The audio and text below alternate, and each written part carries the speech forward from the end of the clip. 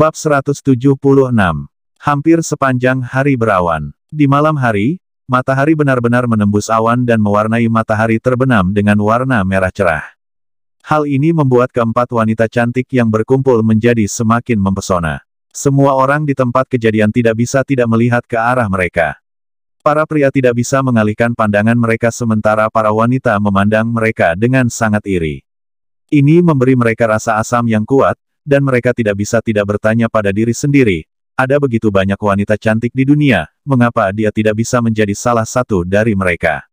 Di antara empat wanita cantik, Qiyu Yaoer, Luo Sanshan, dan Liu Xiaoxiao semuanya cantik dengan caranya masing-masing. Namun di antara mereka pun, kecantikan Li Linzi sangatlah unik. Jika dia mengenakan gaun panjang seperti peri yang dimainkan seorang aktris dalam drama kostum, maka dia pastilah gadis bidadari kecil, menjadi pemeran utamanya. Tenang dan sangat indah.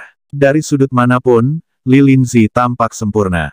Saat matahari bersinar, Chen Ce berada 7 atau 8 meter dari sudutnya, sinar matahari kemasan menambah warna kecantikannya.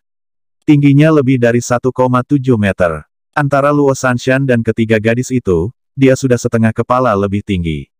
Dia merasa seperti menonjol dari keramaian. Tidak, dia harus dikatakan sebagai burung phoenix yang cantik di antara burung phoenix. Chen Ce memandangnya dan tidak bisa menggerakkan matanya juga. Li Linzi, sebaliknya, tidak memandangnya dengan serius. Dari sudut matanya, dia melihat Chen Ce berdiri di sana dengan pandangan kosong, dan dia merasa sedikit bahagia di dalam hatinya. Tapi saat dia memikirkan ekspresi wajahnya sebelumnya, dia mendengus pelan. Oke, mari kita mengingat masa lalu setelah aku menyelesaikan urusanku. Li Linzi menghibur ketiga gadis itu, lalu mengambil beberapa langkah menuju Chen Ce dan berdiri diam di depannya. Lama tidak bertemu, Chen Ce. Iya.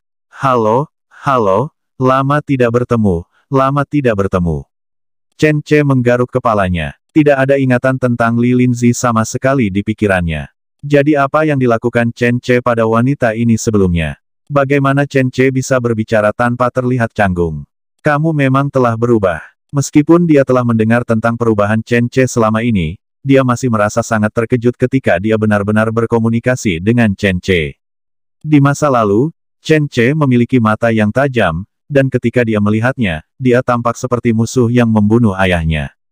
Chen Ce sekarang tampak bingung, seolah baru pertama kali bertemu dengannya. Seperti pria lain, dia ragu-ragu, malu, dan tidak percaya diri. Mengapa ada perubahan seperti itu? Apa yang terjadi dengan pria yang dulunya begitu kejam dan bahkan tidak pernah menyentuh wanita cantik seperti mereka? Sampai hari ini, apa yang masih tidak dapat dipahami oleh Li Linzi adalah bahwa Chen Ce tampaknya adalah pria normal, tetapi mengapa dia tidak menyentuh mereka? Di antara 5 wanita, masing-masing lebih cantik dan harum dari yang terakhir. Itu adalah impian banyak pria. Mengapa dia, Chen Ce, melakukan yang sebaliknya? Memukul atau memarahi mereka. Li Linzi dulu mengira Chen Ce adalah orang mesum dan tidak menyukai wanita. Tapi sekarang, melihatnya seperti ini lagi, idenya berubah. Dia berpikir bahwa Chen Ce pada saat itu mungkin bodoh dan tidak tahu bagaimana mencintai wanita. Ekspresi cintanya berbeda, jadi dia menggunakan tindakan kasar. Kalau tidak, mengapa dia begitu baik pada Luo Sanshan dan mereka bertiga sekarang? Sedikit kesedihan dan sedikit keluhan diam-diam merayapi hati Li Linzi. Dia mengangkat kepalanya dengan bangga dan menunjukkan sisi sempurnanya di depan Chen Ce. Dia memprotes secara diam-diam, dan isi protesnya adalah, ada apa dengan lelaki muda ini? Semua orang berubah, hehehe, apakah aku sudah berubah? Kamu juga. Chen Ce hanya bisa berbicara dengan canggung. Namun ada satu hal yang ingin dikatakan, Li Linzi tidak hanya cantik, tapi juga memiliki suara yang super bagus. Suaranya sangat bersih dan tajam, yang membuat Chen Ce tanpa sadar membiarkannya bernyanyi atas namanya. Menyanyikan lagu berjudul Kota Air Impian, pasti seru sekali. Mengapa kamu tidak bisa menjadi pengantin yang kamu dambakan? Sentuhan penyakit cinta tertulis di wajah, perpisahan yang berat dipikul di pundak, air mata mengalir di pipi, semua kata masih tak terucapkan kini. Itu tidak bisa dilakukan, itu tidak bisa dilakukan. Selama Chen Ce membayangkan gambaran dirinya memainkan seruling dan kemudian meminta Li Linzi menyanyikan lagu ini, dia akan sangat manis. Mengapa manis sekali? Jika Qiu Yaoer dan mereka bertiga juga menari bersama.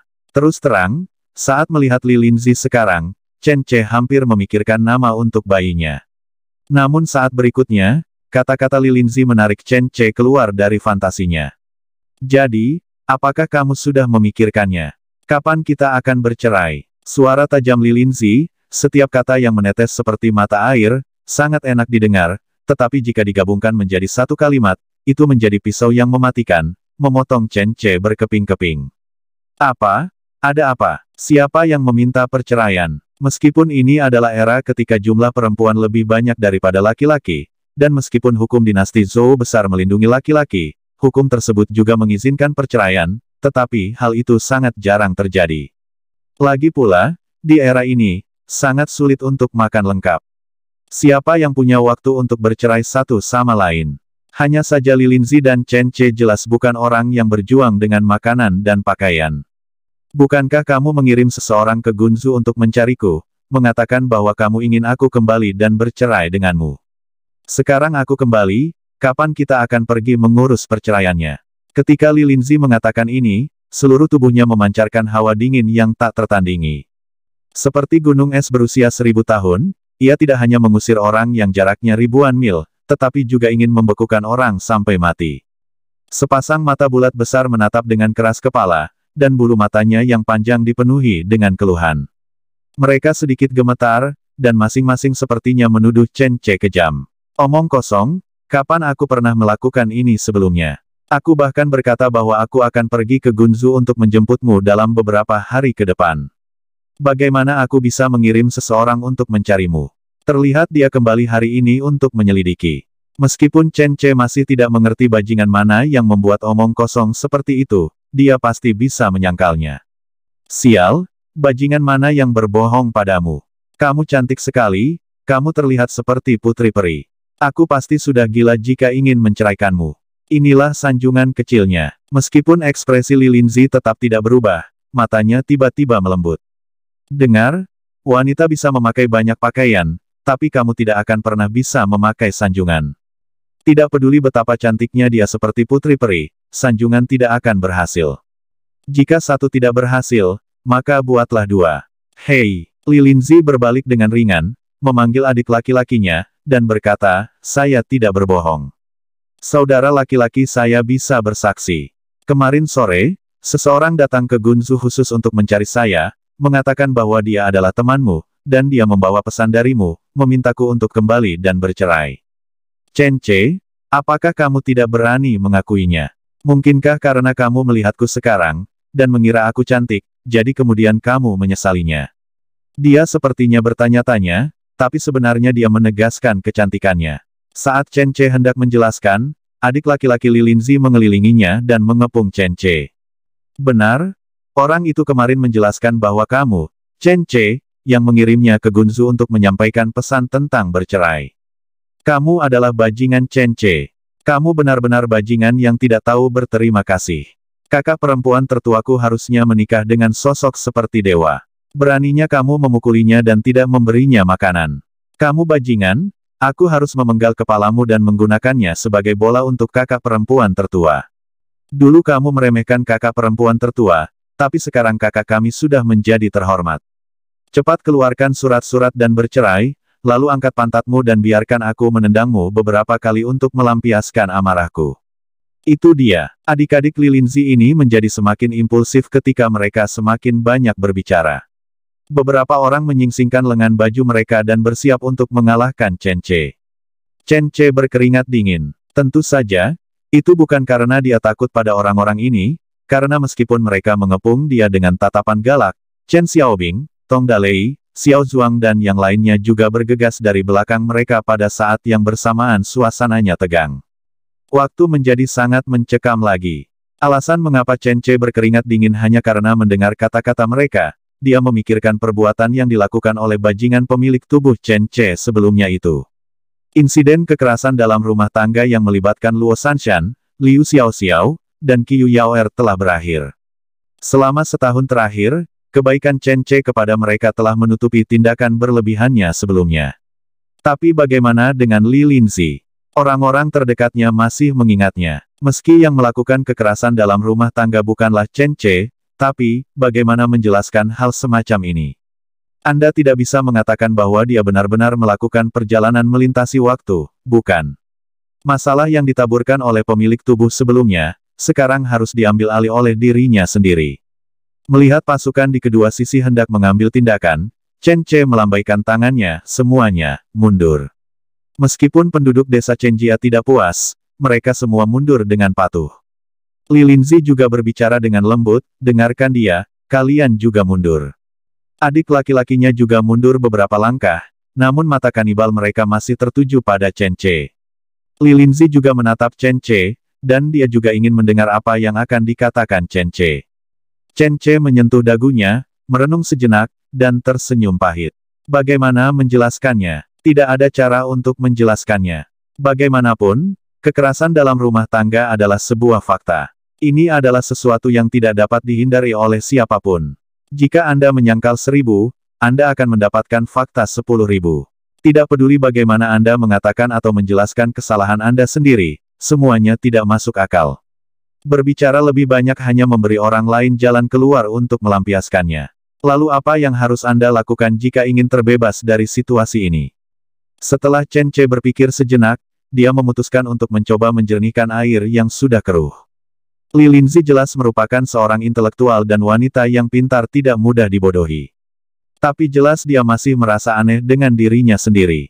Dan jika kamu ingin memberikan penjelasan yang masuk akal kepada wanita seperti dia, kamu harus mencoba membaca puisi cinta. Chen Che menarik napas dalam-dalam, menatap matahari terbenam di cakrawala, dan berbicara perlahan, kata demi kata. Ada 50 senar brokat tanpa alasan. Setiap senar dan satu kolom mengingatkan pada masa muda saya. Saya memimpikan kupu-kupu saat fajar, dan menantikan hati musim semi kerinduan yang dipercayakan kepada burung kukuk, bulan di laut menitikkan air mata, dan hangatnya matahari di ladang biru menghasilkan asap bingung pada saat itu. Lihat, di ronde kelas atas, Anda harus bermain seperti ini. Chen Che menatap langit dengan sudut 45 derajat, meninggalkan Li Linzi dengan profil yang sempurna. Ada air mata jatuh dari sudut matanya. Entah bagaimana Chen Che memerasnya. Bisa juga silau tergelincir secara alami karena terlalu lama menatap matahari. Namun singkatnya, tubuh halus Li Linzi terkejut saat melihatnya. Dia membuka mulutnya sedikit, tapi dia tidak bisa mengucapkan sepatah kata pun. Puisi ini memiliki konsepsi artistik yang sangat tinggi, namun ketika seluruh puisi jatuh ke dalam hatinya, yang tersisa hanyalah kerinduan dan penyesalan Chen Che padanya. Jantung Li Linzi berdegup kencang, awan merah menutupi wajah cantiknya, dan keluhan meluap dari hatinya, membuatnya bersemangat untuk menceburkan diri ke pelukan pria di depannya, mencari kehangatan yang telah lama ditunggu-tunggu. Bab 177. Apakah puisi ini awalnya ditulis untuk saudari Linzi? Suamiku benar-benar kesulitan menyembunyikannya dari kita. Liu Xiaoxiao menghela nafas pelan dan memandang dengan iri ke tempat dia berdiri seperti anak emas di bawah sinar matahari dan Li Linzi. Saat ini, Nona Liu merasa telah menjadi peran pendukung, pihak ketiga yang menyedihkan dan memalukan dalam cinta seseorang. Luo Sanshan juga memiliki perasaan yang sama. Meskipun dia tidak membaca buku sebanyak Liu Xiaoxiao sejak dia masih kecil, dia tidak mengetahui konsepsi artistik kelas atas dalam puisi ini. Namun setelah dia mendengar bahwa puisi ini ditulis khusus untuk Li Linzi oleh suaminya, rasa asam memenuhi wajah kecilnya. Tapi dia berbalik dan menatap Li Linzi, dan tiba-tiba dia tidak merasa masam lagi. Sungguh asam. Jika suamiku bisa menjatuhkannya, dia pasti akan memeluknya hingga tertidur. Qiu Yaoer sangat terkesan. Dia menyeka air mata dari sudut matanya dan berkata sambil berlinang air mata, sungguh menyentuh. Liu Xiaoxiao dan Luo Sanshan memutar mata ke arahnya. Mengharukan sekali. Gadis kecil itu masih terlalu muda. Tahukah dia kalau suaminya menyatakan cintanya kepada wanita lain? Untungnya dia adalah Li Linzi. Jika itu wanita lain, apakah mereka akan tetap setuju? Di luar kerumunan, ada beberapa lelaki tua yang menyaksikan kemeriahan tersebut. Mereka adalah Wang Hongwen, He Zong, dan kepala desa tua. Yo, adegan romantis macam apa ini? Wang Hongwen tidak terlalu memperhatikan adegan pertarungan yang akan datang. Sebaliknya, dia melihat bahwa ini adalah adegan romantis Chen Che dan menganggapnya sangat menarik. Kepala desa menjelaskan sambil tersenyum, nama wanita itu adalah Lilinsi. Dia awalnya adalah istri kedua Chen Ce, tetapi dia tidak tahan dipukuli dan dimarahi olehnya, jadi dia pergi ke Gunzu untuk menggali lumpur. Saya tidak tahu kenapa dia tiba-tiba kembali lagi. Hei, terlalu banyak wanita yang merepotkan, sepertinya itu akan sulit bagi Chen Ce. He Zong setuju, saya merasa kesal ketika seorang wanita di keluarga saya bertengkar. Sudah ada 3 wanita di keluarga Chen Ce, dan sekarang ada satu yang tampaknya lebih berkuasa. Sekarang saya bersenang-senang menontonnya. Wang Hongwen tiba-tiba menunjuk ke gerbong di tengah kerumunan dan bertanya, sepertinya ada seorang lelaki tua di gerbong itu. Apakah dia keluarga Li Linzi? Sungguh menyedihkan. Dia tidak bisa maju atau mundur di tengah adegan seperti ini. Hahaha. Kepala desa tua itu juga tertawa bersama, dan dia lebih menggoda daripada bersimpati kepada lelaki tua di kereta itu. Penglihatan He Zong lebih baik, dan dia samar-samar merasa bahwa lelaki tua di kereta itu tampak familiar. Orang di dalam gerbong itu tentu saja adalah Tuan Mo Wenwen, yang menumpang bersama Li Linzi. Hanya saja Mo Wenwen sedikit malu saat ini. Dia tidak tahu apakah dia harus turun dari kereta, dan dalam kapasitas apa dia akan muncul ketika turun. Memalukan sekali. Bahkan Mo Wenwen, yang berusia 70-an, merasa tidak nyaman dengan adegan canggung romantis seperti ini. Dan Li Linzi berdiri di sana, matanya sedikit merah. Puisi itu terus bergema di benaknya. Ada 50 senar dibuat tanpa alasan, dan setiap senar dan setiap kolom merindukanku. Apakah ini berarti ketika dia memainkan harpa, setiap kali dia memetik senar atau setiap kolom, dia merindukanku? Dia terobsesi dengan kupu-kupu dalam mimpinya, dan dia meminta burung kukuk untuk menyampaikan cintanya kepadaku. Saat dia bermimpi, apakah dia bermimpi bahwa aku berubah menjadi kupu-kupu dan menjadi tergila-gila padanya? Dia bahkan ingin bertanya kepada burung kukuk untuk menyampaikan cintanya kepadaku. Burung kukuk. Iya, burung kukuk suka bertelur di sarang burung lain, dengan maksud untuk menggantikannya. Apakah dia ingin mengingatkanku bahwa pria kemarin pasti punya motif tersembunyi? Sama seperti burung kukuk, mutiara bulan di laut memiliki air mata, dan matahari di ladang biru hangat dan batu giok mengeluarkan asap. Perasaan ini dapat diingat kembali, tetapi sudah hilang. 2 kalimat inilah yang dia ungkapkan untuk mewakili keadaan pikirannya. Laut telah berubah, tapi baru setahun berlalu, mutiaranya ini tetap di hatinya. Dia menitikkan air mata yang tak terhitung jumlahnya dan hanya bisa mengingat perasaannya padaku dalam mimpinya, karena dia tidak tahu kenapa dia memukuliku dan memarahiku saat itu. Puisi ini ditulis dengan sangat baik. Tidak hanya mencatat dengan rapi, tetapi juga memiliki konsepsi artistik yang mendalam. Juga dengan sempurna menjelaskan perasaan dan rasa bersalahnya terhadap saya. Mata besar Li Linzi menjadi berkabut. Dia melihat ke sisi wajah Chen Ce, merasa sedikit tertekan dan sedikit marah. Dia marah karena jika dia sangat peduli padanya, mengapa dia tidak datang menemuinya setelah setahun? Aku tidak bisa tertipu oleh puisimu yang buruk. Li Linzi sedikit enggan menyambutnya, penuh kontradiksi. Chen Ce masih berpose. Dia mungkin bahkan tidak tahu bahwa perasaannya terhadap Li Linzi sepenuhnya didasarkan pada imajinasinya. Faktanya, dia bahkan tidak memiliki ingatan sedikit pun tentang hari-hari itu bersama Li Linzi, dan dia tidak pernah memikirkan Li Linzi di tahun ini. Segala kasih sayang yang mendalam sebenarnya hanya dilatar belakangi oleh kecantikan. Jika Li Linzi tidak begitu manis, Chen Ce tidak akan berpikir untuk menggodanya. Jika Chen Ce tahu bahwa dia memahami arti puisi ini seperti itu, dia mungkin akan tertawa terbahak-bahak. Lihat, wanita memiliki sisi cinta secara emosional. Bahkan Li Linzi, yang terlihat begitu dewasa dan intelektual, juga sama. Setelah beberapa saat, Li Linzi berinisiatif berjalan menuju Chen Ce. Ayo pergi. Kalau ada yang harus kita lakukan, ayo kita bicarakan saat kita pulang. Banyak sekali orang yang menonton di sini. Oke, ayo jalan-jalan, pulang, rumah benar-benar berbeda dari saat kamu pergi. Chen Ce menyadari bahwa dia telah diyakinkan oleh salah satu puisinya sendiri. Hahaha, luar biasa. Chen Ce tidak bisa menahan diri untuk tidak menyukai dirinya sendiri. Sudut mulut Li Linzi sedikit terangkat. Melihat pria muda yang tampak memamerkan prestasinya, dia tiba-tiba tidak begitu marah lagi. Yah, aku melihatnya. Kamu melakukan pekerjaan dengan baik. Kudengar kamu memimpin penduduk desa menjadi kaya. Dia dengan lembut memegang tangan Chen Che, dan mereka berdua seperti sepasang kekasih, menyingkirkan kerumunan dan pulang ke arah rumah secara alami. Ketika dia mendekat, Chen Che bisa mencium aroma berbeda di tubuhnya. Itu jelas bukan parfum, tapi aroma yang berbeda dari aroma wanita lain. Aroma ini sangat alami dan ringan, seperti lilinsi. Aroma ini sesuai dengan citranya, anggun, ringan, dan manis. Chen Che mau tidak mau mengendusnya lagi, merasa sangat bahagia. Dimanapun, hanya ada 2 pabrik yang dibuka di desa ini, yang sebagian besar memproduksi kertas murbei dan tekstil, yang meningkatkan pendapatan per kapita desa 10 atau 20 kali lipat. Itu hanya masalah sepele, tidak layak disebut. Mungkin setiap pria kesulitan mengendalikan keinginannya untuk pamer di depan wanita cantik. Chen Che juga tidak bisa mengendalikannya. Ketika dia melihat Xiao Yong dan yang lainnya, dia melambai, "Xiao Yong, kalian belum datang untuk menemui istri tuan yang kedua." Setelah mengatakan itu, Chen Che juga menjelaskan kepada Li Linzi, "Xiao Yong, putra Xiao Zuang, kamu mungkin tidak memiliki ingatan padanya. Mereka berlima adalah siswa yang mengikuti ujian provinsi kali ini.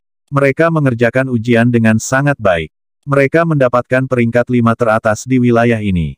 Tentu saja, Xiao Yong dan yang lainnya tidak akan mempermalukan tuan mereka, jadi mereka segera melangkah maju untuk memberi hormat dan memanggilnya, salam untuk istri tuan kedua."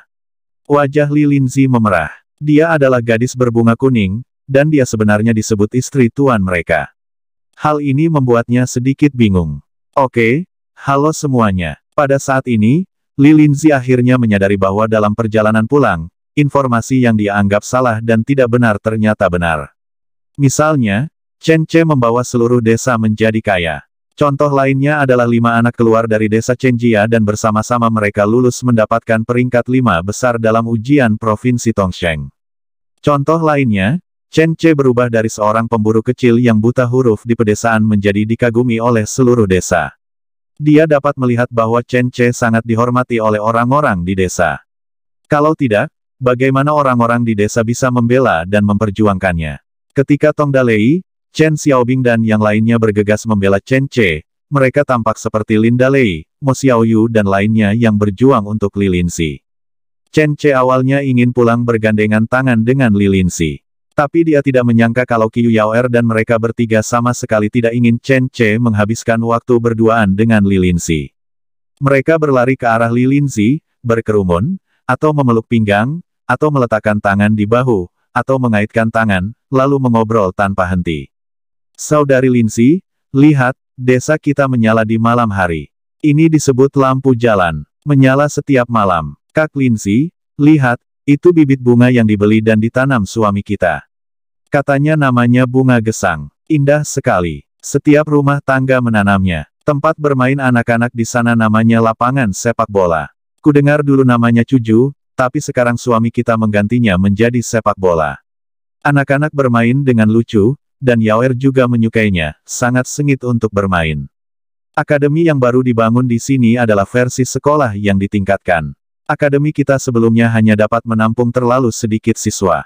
Sekarang akademi tersebut telah ditingkatkan, akademi ini akan mampu menampung setidaknya 2 hingga 300 orang untuk bersekolah bersama di musim semi. Ini semua berkat suami kita." Chen Che terdiam di sampingnya. "Apakah kalian bertiga berbicara terlalu dekat? Bukankah seharusnya akulah yang mengucapkan semua kata-kata ini?" Namun, melihat ekspresi terkejut Li Linzi, Chen Che masih merasa cukup puas dengan pencapaiannya. Ketika melewati Wang Hongwen dan yang lainnya, Chen Che sengaja berhenti. Ini adalah dekan Wang Hongwen, cendekiawan hebat, dan dekan berikutnya dari Akademi Keluarga Chen kita. Ini adalah Tuan He Zong, kepala sekolah akademi. Saya berhutang semua kesuksesan akademisku pada mereka. Li Linzi melangkah maju untuk memberi hormat kepada mereka, dan tiba-tiba memikirkan sesuatu, dan berkata, "Dua pria tua, apakah Anda kenal seorang pria tua bernama Mo Wenwen?"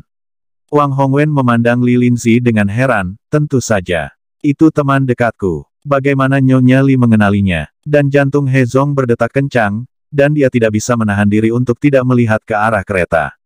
"Saya kembali dengan lelaki tua itu dalam perjalanan pulang dari daerah, dan sekarang dia berada di kereta." Aduh, Wang Hongwen dan dia bergegas keluar untuk menyambutnya. Chen Che ragu-ragu sejenak, lalu memegang tangan Li Linzi dan berkata, kalau begitu aku akan menemuimu nanti, Sanshan, Xiao, Yaoer, bawa Linzi kembali dulu, dan aku akan kembali lagi nanti. Tuan Mo Wenwen adalah cendekiawan hebat yang disebutkan oleh Wang Hongwen. Dia adalah seorang arkeolog langka di era ini dan harus diperlakukan dengan sopan. Oleh karena itu, Chen Ce tidak bisa lalai dan menyusul He Zong dan keduanya. Li Linzi tidak marah, tapi menatap punggung Chen Ce dengan bintang di matanya. Bagaimana? Apakah suami kita benar-benar berbeda dari sebelumnya? Luo Sanshan bertanya sambil tersenyum. Sebenarnya, kami memahami suasana hatimu dengan sangat baik, Saudari Linzi, karena pada saat itu, ketika perubahannya tidak begitu besar, kami juga tidak mempercayainya sama sekali. Kamu tahu, saat kalian berdua pergi dan Xiao Xiao kembali ke rumah orang tuanya, Yaoer dan aku bergantung satu sama lain dan hampir tidak bisa bertahan hidup, ketika dia tiba-tiba sepertinya telah mengubah jenis kelaminnya, berhenti memukuli dan memarahi kami, dan bahkan meminta maaf kepada kami. Aku dan Yaoer sama-sama ketakutan. Bab 178. Ya, saya harus memegang kapak setiap hari. Saya mengambil keputusan. Jika dia memukul kami lagi, saya akan memotongnya sampai mati, dan kemudian kami berdua akan bunuh diri untuk menghindari hukuman dan penyiksaan dari pemerintah. Memikirkan situasi saat itu, sepasang matanya mulai memerah. Luo Sanshan menghela nafas, hei, meski kejadian itu sudah lama berlalu, tetap saja membuatku putus asa setiap kali memikirkannya. Saat itu, suami tidak hanya memukul dan memarahi kami, tetapi dia juga terlibat dalam perjudian. Saudari Linzi, Anda tahu dia pergi ke kota untuk berjudi dan kehilangan semua tabungannya sebelumnya, dan bahkan menjual kami kepada gangster itu. Apa? Li Linzi mendengar napasnya menegang, lalu dia mengepalkan tinjunya dengan marah, beraninya dia melakukan ini. Bajingan ini. Melihat dia marah, Qiu Yaoer segera meraih tangannya dan menepuk tinjunya yang terkepal untuk menghiburnya. Saudari Linzi, jangan marah. Transformasinya dimulai pada saat itu. Saat itu, saya ingat pria bernama Lai Qiang datang ke rumah kita dan ingin menindas Saudari Sanshan.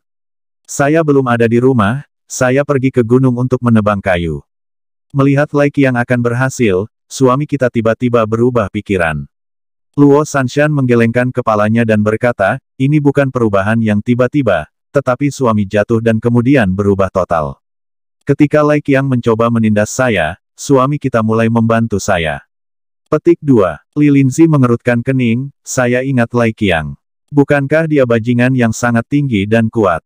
Bisakah dia, dengan tubuh kurus, menjadi lawannya? Luo Sanshan terkekeh, suami kita memang bukan lawannya, tapi suami kita sangat pintar. Dia pertama-tama berpura-pura pergi, lalu menendang selangkangan Lai Qiang dari belakang saat pihak lain tidak memperhatikan. Kata Luo Sanshan sambil menirukan gerakan menendang dan memukul, mempraktekkan kejadian pada saat itu. Lai Qiang juga memiliki dua kaki tangan. Suami dan aku sama-sama akan menderita, tapi Yaoer kembali dan menyelamatkan kami. Kemudian suami membantu kami menimba ilmu. Dia benar-benar membuat garam buluh yang indah dengan membakar alang-alang. Lalu dia menggunakan garam untuk mendapatkan uang pertamanya. Li Linzi mengerutkan kening, tunggu sebentar, bukankah menjual garam secara pribadi adalah kejahatan pemenggalan kepala yang serius?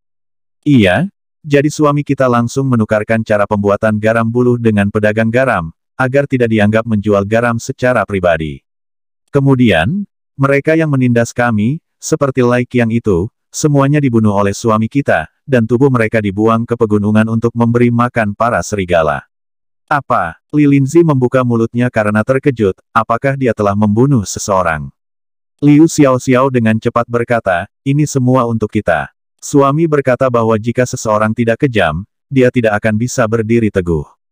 Jika kita tidak membunuh orang-orang itu, mereka akan membawa masalah yang tiada habisnya kepada kita, jadi kita akan membunuh mereka untuk selamanya. Setelah mendengarkan, Li Linzi mengangguk dengan ragu. Sangat sulit baginya untuk membayangkan bahwa pria yang tampaknya tidak berbahaya bagi manusia dan hewan ini sebenarnya telah membunuh manusia, dan lebih dari satu. Berita ini secara langsung mengguncang pandangan hidup Li Linzi.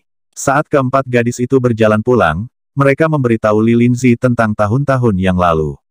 Li Linzi pun perlahan mengandalkan cerita mereka untuk mengisi kenangan hilang tentang Chen Ce tahun ini. Dan semakin dia tahu, semakin dia penasaran tentang Chen Ce. Mengapa Chen Ce mengalami perubahan besar ketika dia bangun setelah terjatuh?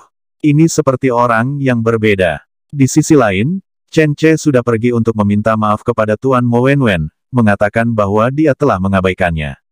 Namun Mo Wenwen tidak peduli. Mo Wenwen sangat senang bisa bertemu kembali dengan teman lamanya Wang Hongwen. Saat itu, Dekan Wang membawanya kembali ke halaman kecilnya untuk minum dan mengobrol.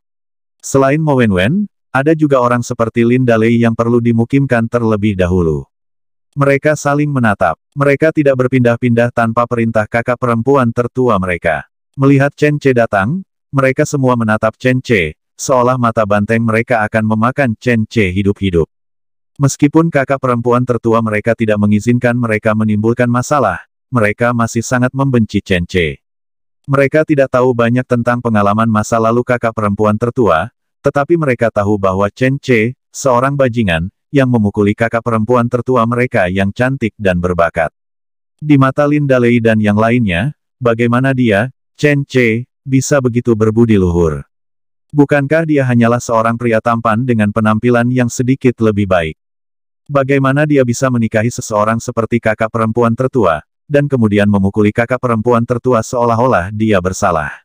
Apalagi kakak perempuan tertua bukanlah istri pertama Chen Ce, dia sebenarnya memiliki beberapa istri yang tidak lebih buruk dari kakak perempuan tertua. Ribuan kata hanya dapat diringkas menjadi satu kalimat. Bagaimana dia, Chen Ce, bisa begitu berbudi luhur dan cakap?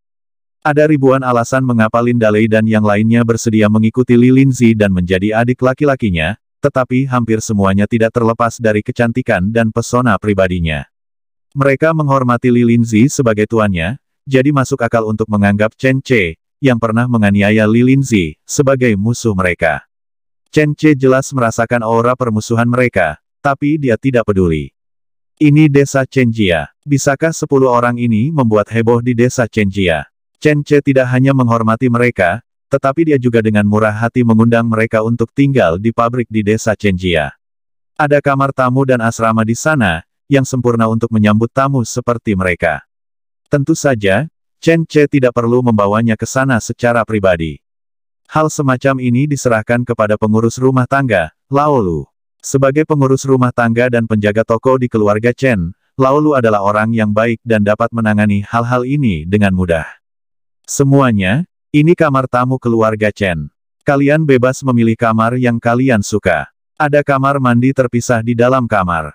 Jika kalian perlu mandi, silakan pergi ke pabrik kertas Murbe di sebelahnya. Ada air panas sepanjang hari. Lin Dalei dan yang lainnya dengan sopan mengungkapkan pemahaman mereka. Meskipun mereka memiliki prasangka yang mendalam terhadap Chen Ce, mereka masih sangat puas dengan pengaturan Chen Ce. Kak Dalei, Chen Ce ini bukannya tidak berguna seperti yang kita bayangkan. Apa maksud kakak tertua kita? Bukankah dia kembali untuk bercerai dengan Chen Ce? Kenapa dia pulang bersama Chen Ce? Apa yang akan dilakukan bajingan ini kepada kakak perempuanku yang tertua malam ini? Mo Xiaoyu sedikit khawatir tentang keselamatan Li Linzi. Lin Dalei menggelengkan kepalanya dan berkata dengan acuh tak acuh, Xiaoyu, jika kamu terus meremehkan kakak perempuan, jangan katakan bahwa kamu adalah adik dari kakak perempuan. Apakah kamu lupa dua hal paling mulia tentang kakak perempuan? Bahkan para pejabat tinggi itu tidak bisa menindasnya. Bagaimana Chen Ce ini bisa melakukan apapun terhadap kakak perempuan tertua kita, kecuali... Kecuali apa? Mo Xiaoyu bertanya dengan cepat. Bodoh? Tentu saja, kecuali kakak tertua sukarela berdamai dengan Chen Ce, tapi menurutku ini tidak mungkin. Kakak tertua pernah membuat harapan besar bahwa jika bendungan Litian tidak selesai dibangun, dia tidak akan pernah mau membangun berkeluarga. Itu tidak pernah berada dalam lingkup pertimbangannya. Mo Xiaoyu tertegun sejenak, lalu mengangguk perlahan, merasa sedikit lebih simpati pada kakak perempuan tertua di hatinya. Tahun-tahun terbaik seorang wanita didedikasikan untuk sebuah bendungan. Tidak peduli bagaimana Anda memikirkannya, itu menyedihkan. Di sisi lain, Li Linzi, yang mengikuti Liu Xiaoxiao, Luo Sanshan dan Qiu Yaoer kembali ke rumah, sedang duduk tak bergerak di ruang tamu, berkeringat dan kakinya mati rasa. Ada beberapa hewan di sekelilingnya, yang paling menarik perhatian adalah 3 harimau yang kuat. Mereka memiliki pola kuning dan hitam di tubuh mereka, dan kaki mereka yang lebar menginjak tanah tanpa suara. Saat mereka melangkah dan menggelengkan kepala, aura Raja Binatang keluar secara alami, dan Li Linzi sangat terkejut sehingga dia tidak berani bernapas. Dia tidak pernah menyangka akan ada harimau di rumah Chen Ce. Baru saja, ini terjadi. Luo Sanshan dan lainnya membawanya pulang, dan ketika mereka sampai di rumah, yang satu berkata dia ingin mencuci buah untuknya, yang satu berkata dia ingin memelintir handuk, yang satu berkata dia ingin menyiapkan sesuatu untuk dimakan. Li Linzi sopan tetapi tidak bisa menghentikan mereka. Setelah mereka sibuk dengan pekerjaan mereka, Li Linzi melihat ke ruang tamu keluarga Chen yang familiar namun asing sendirian. Rumahnya masih sama seperti dulu, namun sudah direnovasi. Tanahnya dilapisi lantai kayu, dindingnya dicat putih, dan lukisan pemandangan digantung di tengahnya dengan beberapa kata tertulis di sebelahnya. Timur berwarna merah dan matahari terbit. Saat Li Linzi merenungkan arti dari 6 kata ini, auman harimau yang dalam terdengar. Segera setelah itu, 3 sosok harimau kokoh masuk. Li Linzi juga orang yang telah melihat dunia, dan dia dapat menghadapi bahaya, tidak peduli seberapa besar pemandangannya. Tapi di hadapan ketiga harimau tersebut, dia masih sangat ketakutan hingga kakinya menjadi lemah. Tidak peduli seberapa kuat seseorang, dia memiliki kepercayaan diri untuk menghadapinya dengan tenang. Tapi harimau, akankah mereka mendengarkan manusia? Bagaimana cara mengatasinya? Apalagi itu ada 3. Otak Li Linzi sedikit down saat itu. Dia tidak mengerti mengapa ada 3 harimau di rumah Chen Ce. Tidak, ada lebih dari 3 harimau. Mengikuti ketiga harimau tersebut, ada seekor macan tutul yang montok, seekor ling yang relatif ramping, dan 2 anjing gunung yang juga tetap diam dan hanya memiringkan kepala untuk melihatnya. Li Linzi tidak berani bernapas, jadi dia hanya duduk dan mencoba mengangkat kakinya. Ini adalah satu-satunya cara yang terpikir olehnya untuk menghadapi harimau itu dengan kekuatan. Bagaimanapun juga, kekuatan di kaki lebih besar daripada kekuatan di tangan apapun yang terjadi. Hanya ketika dia ingin menggunakan kakinya, dia menyadari bahwa kakinya sendiri tidak dapat lagi dikendalikan. Jangankan mengangkatnya untuk membela atau menyerang harimau, dia bahkan tidak bisa mengangkat kaki saya. Seolah-olah otak telah berhenti berpikir pada saat ini, dan pikiran menjadi beku. Harimau? Kenapa ada harimau? Juga macan tutul dan ling. Bagaimana hewan-hewan ini bisa masuk? Apakah mereka di sini untuk memakanku? Sudah berakhir, sudah berakhir, sudah berakhir. Aku, Li Linzi, biasanya melakukan perbuatan baik, tapi aku tidak menyangka akan berakhir seperti ini pada akhirnya. Tangisan sedih. Li Linzi berteriak dalam hatinya. Adapun 2 anjing penjaga gunung yang tampak galak, mereka sama sekali tidak menarik. Napas tebal harimau terdengar di telinganya, yang membuatnya berpikir bahwa ini adalah suara terakhir yang didengar dalam hidupnya. Dia sudah bisa membayangkan bahwa di detik berikutnya, ketiga harimau itu akan menggunakan giginya yang tebal dan kuat untuk memotong kulit halusnya dan dagingnya lembut. Semua anggota badannya akan terkoyak-koyak. Aku ingin tahu apakah Chen Ce akan sedih jika dia melihatku dibunuh oleh harimau. Li Linzi menangis di dalam hatinya, dan ketika dia sudah putus asa, dia tiba-tiba mendengar omelan. Apa yang sedang kalian lakukan? Itu suara Luo Sanshan. Li Linzi, yang awalnya putus asa, tiba-tiba mengangkat kepalanya. Bersambung ke bab selanjutnya.